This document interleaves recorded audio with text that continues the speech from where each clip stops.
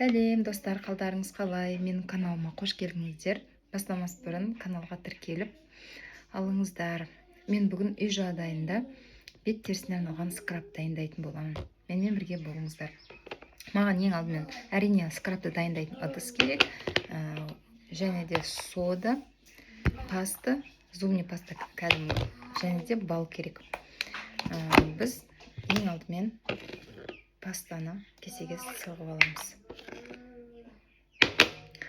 Примерно өз беттеріңізге қанша көлемде керек бұл? Мен примерно бір чай қасық көлемде паста алдым. Енді осыған бір чай қасық, үлкен қаспен жарты қасық немесе бір чайный ложка сода араластырамыз.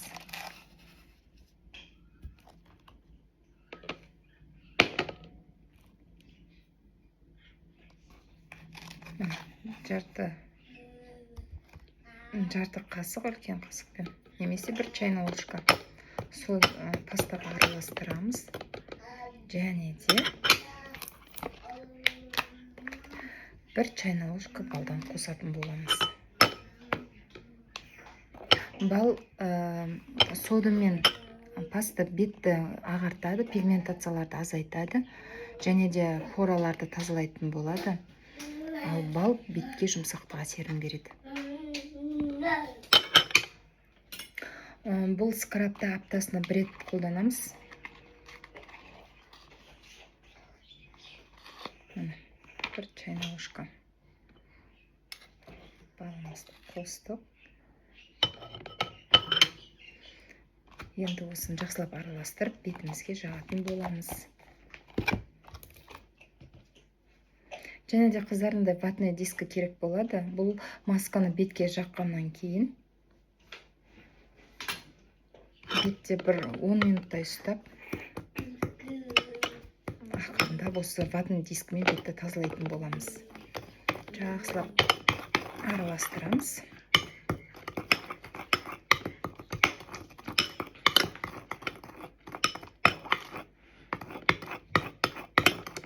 Дайын болды. Енді осыны бетімізге жағатын боламыз. Масканы жағуға арналған кисточкалар болады, сондайлар алып қолдансаңыздар да болады. Менде әзірге ондай алмадым, сондықтан қасықпен ақырындап қолмен жақсаңыздар да болады.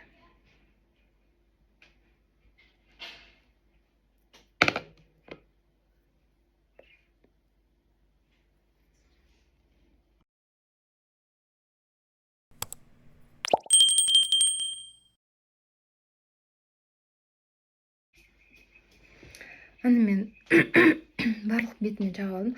Қыздар, скраб көзге тиіп кетпесін. Паста кішкене көзге әсер етеді.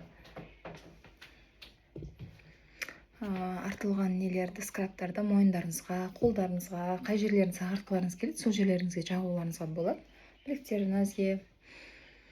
Негізі эффектісі өте жақсы. 10 минуттай бетте ұстаймыз. 10 минуттан соң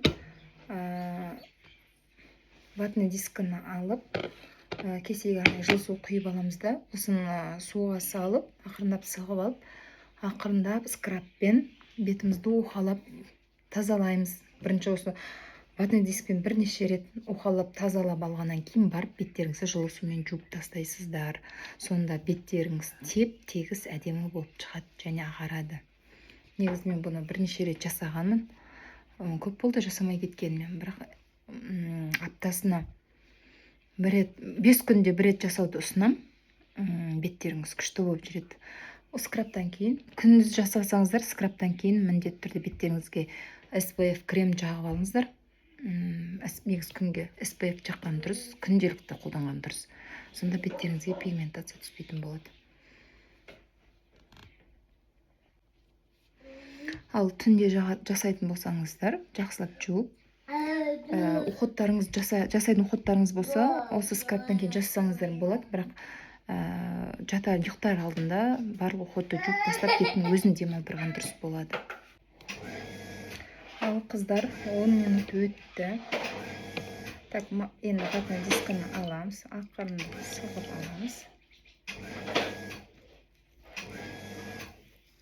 Осылай ақырындап сып.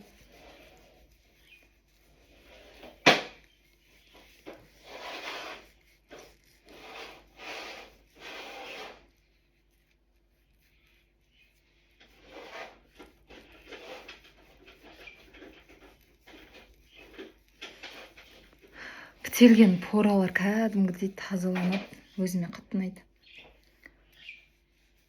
Мына жеріне тура шекеме өгіре шығыпты.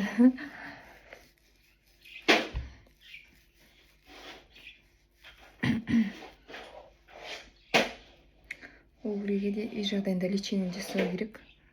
Тура шекеме. Оны да бірге жасайтын боламыз. Сіздермен бөлісемін. Пока біз бүгін скраб жасаймыз.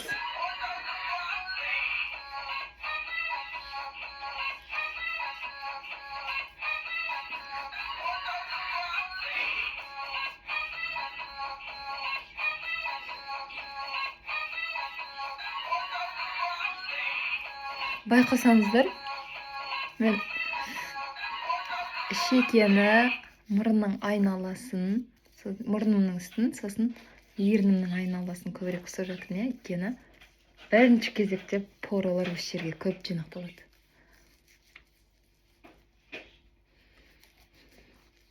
Ошақтарды жақсылап ысып тазалаймыз. Бет терісі олар өте нәзік келеді. Сондықтан оны қатты ысып ақырындап жуасыздар, бірақ көрме тура мұрынның үстін, ернің айналасын ысқан сияқты ысымайсыздар. Ол нәзік күйінде қалу керек.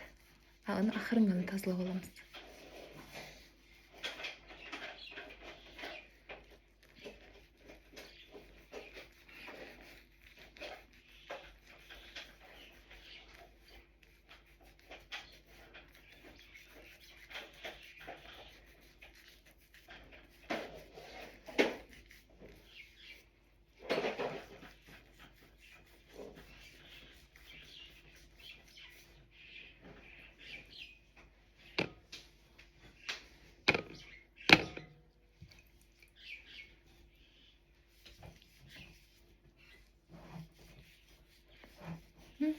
Ақырын ғана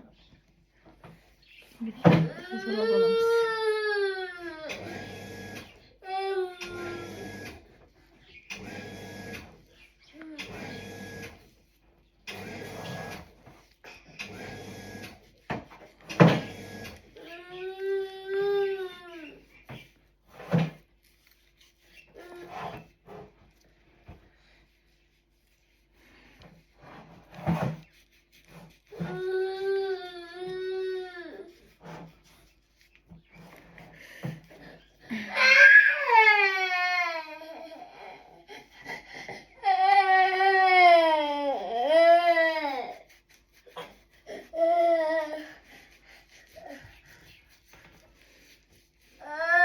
Все, енді барып бетімізді жуып келеміз.